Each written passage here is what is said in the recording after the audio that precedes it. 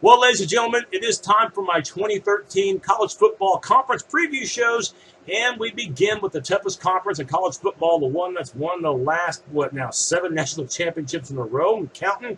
That's the SEC, the Southeastern Conference, and we'll begin with the West Division on this show, and we'll start with Texas A&M, who year number one for the Aggies was a solid one. 11 victories, only 2 defeats, winning at Alabama, and also closing out the year with some momentum, beating my Sooners in the Cotton Bowl. Johnny Manzell was a big reason why, winning the Heisman Trophy as a freshman. And, off the field, he is a controversial figure, but on the field, of course, you can't deny what he does, and that is he wins and puts up a lot of stats, both running and throwing, and makes great decisions, especially when the pressure's on. He won't have quite the same weapons as last year because he doesn't have Cliff Kingsbury there anymore, the offensive coordinator who moved on to Texas Tech. He also won't have there the number 2 or 3 wideouts in the country with Ryan Swope and Uzome Nwachukwu gone. But also, he won't have Luke Jokel there blocking one of the best offensive linemen in the country last year and the number 2 overall pick in last year's draft by Jacksonville. So now Jake Matthews takes over the left tackle position. But he's a good one as well and could very well be All-American this year as well. But the majority of the A&M linemen aren't there, so they'll have to do some retooling on the A&M front because they were so good at run blocking a year ago, but Lynn Molina does return at running back for the Wrecking Crew. Defensive side, many of the front 7 have to be replaced, including Jonathan Stewart, as well as the very talented Sean Porter at linebacker. So Stephen Jenkins, the 3rd leading tackler a year ago for A&M, now has to be pretty much the main guy as far as tackling from that front 7. And plus, you also lose to Montre Moore on that defensive line side. The secondary wasn't too bad last year for A&M, and many of them returned. But the problem was that they gave up a lot of yardage, and they did not have very many takeaways. That has to change for A&M to get to the next level. Schedule very favorable for the Aggies. Only 4 road games, and by the way, 8 home games, including the big one against Alabama very early in the year, mid-September. They'll try to beat the Tide for the 2nd straight year. I'll have my A&M pick later in the show. Let's go ahead and talk about Ole Miss. Last year, a modest 7-6 record, not bad for Hugh Freeze, and a bowl bid. But the big story for Ole Miss was what they did off the field, turning in one of the top recruiting classes in the country, stunning a lot of people, including yours truly, as Laquan Treadwell, number 1 receiver in the country. He picked Ole Miss over Oklahoma State. He'll be added to a receiving corps that's already talented with Dante Moncrief. He's back, along with 2 other leading wideouts for Ole Miss. They're solidified there. Ben Wallace, as long as his shoulder has recovered from offseason surgery, should be just fine. And then the running back, Jeff Scott, returns. Offensive lineman returns 4. And they add the number 1 lineman in the country in Laramie Tunsil. So, the rich get richer in that department. Defensive-wise, linebacking core, they return a good one in Denzel Kimdichie. And his younger brother, the number 1 recruit in the nation from last year, that's Robert Kimdichie, should play right away from his defensive line spot. The weakness for Ole Miss, though, is the secondary, where last year they were pathetic. They were just as soft as cushion, giving up lots of yardage against anybody that can just throw a forward pass. It was awful.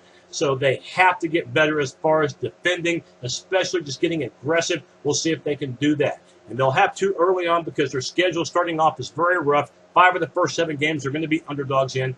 They have to open up conference play, the first game of the year at Vanderbilt. Then they'll play at Texas from the Big 12, at Alabama. And then we look at the October schedule at home against A&M, LSU.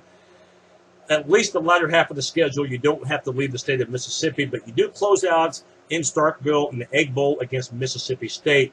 Mississippi's going to be better this year than last year, in my opinion, but it may not reflect schedule-wise because, or record-wise because of the schedule. It's that plain and simple. I do think they'll pull off at least 1 upset this year, so I've got them finishing 4th, but no higher than that. Auburn last year was pathetic with a capital P, and it costed Gene Chizik his job, amongst other things. 0-8 and 3-9 overall won't cut it. Neither will be in the 115th ranked offense in the country. So who do you bring in? We'll bring in a guy that knows offense. That's Gus Malzahn, who was offensive coordinator there 3 years ago when they won the national championship with Cam Newton. Malzahn vows to bring a fast offense, and anything's better than that piece of crap offense that we saw a year ago. I don't know who the quarterback's going to be, if it's going to be Jonathan Wallace or if it's going to be Kyle Frazier or somebody else. If you're an Auburn fan, I would really love your input on that. But we do know that the running back is set. That's Trey Mason, who had a breakthrough year in 2012 as he gained over 1,000 yards. Receiving corps, they look talented. I mean, they've had terrific recruiting classes. including last year, despite the 3-9 record. But the problem is the receivers didn't have a chance to, to really show their stuff because the quarterback was getting sacked too many times, 37 as a matter of fact. So the offensive line has to do a better job defensively. They're going to a 4-2-5 alignment as Ellis Johnson, a veteran SEC defensive coordinator. Well, he's back in the SEC, but this time with Auburn. He was a head coach last year at Southern Miss. They went 0-12. He got fired. So now he's back to being a defensive coordinator where he belongs. He was previously at South Carolina 2 years ago.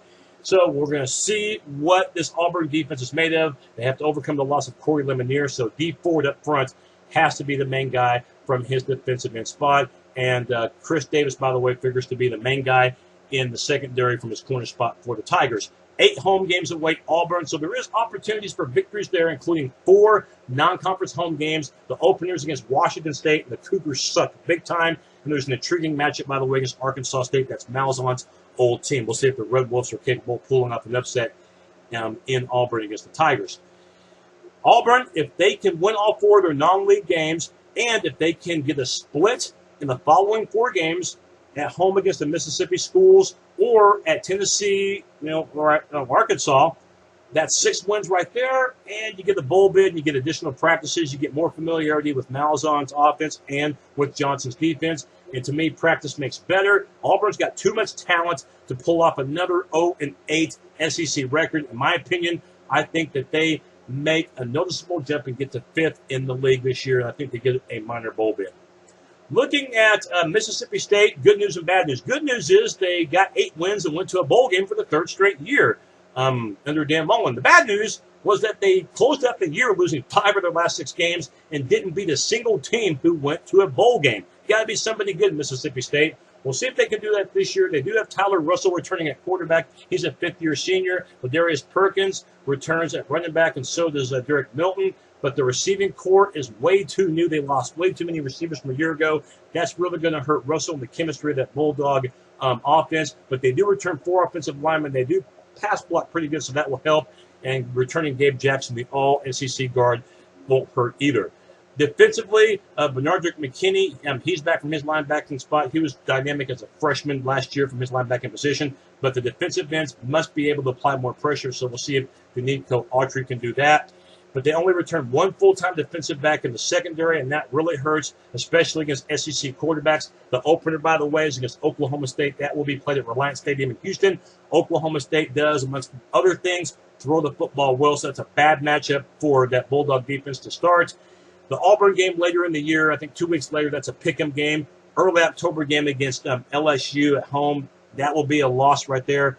And then later in the year, a nasty 3-game stretch at South Carolina, at A&M, host Alabama, loss. You might have to win against Ole Miss, Mississippi State in the Egg Bowl just to try to get to postseason eligibility.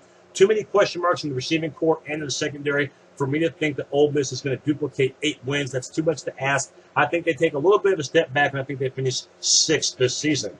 For Arkansas, there was no postseason last year. They were probably the biggest disappointment in college football, and at times the team just looked like they quit under John L. Smith. So now we're going to enter a new coach in Brent Bielema, who knows what it's like to win championships.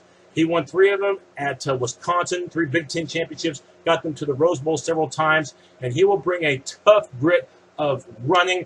He wants linemen that are going to be able to flatten the defenders. And we didn't see Arkansas do enough of that last year, and at times we didn't really see it at all.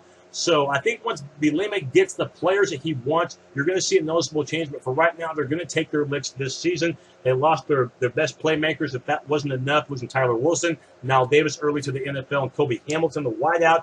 So I think, first of all, ground-wise, they're not going to be that bad of shape. Jonathan Williams, they say he's added some speed and also, too, some bulk. So that will help. And also the 5-star recruit, Florida, Alex Collins. He picks Arkansas over Miami. It didn't make his mom too happy, but Collins went with his heart, and that was good for him.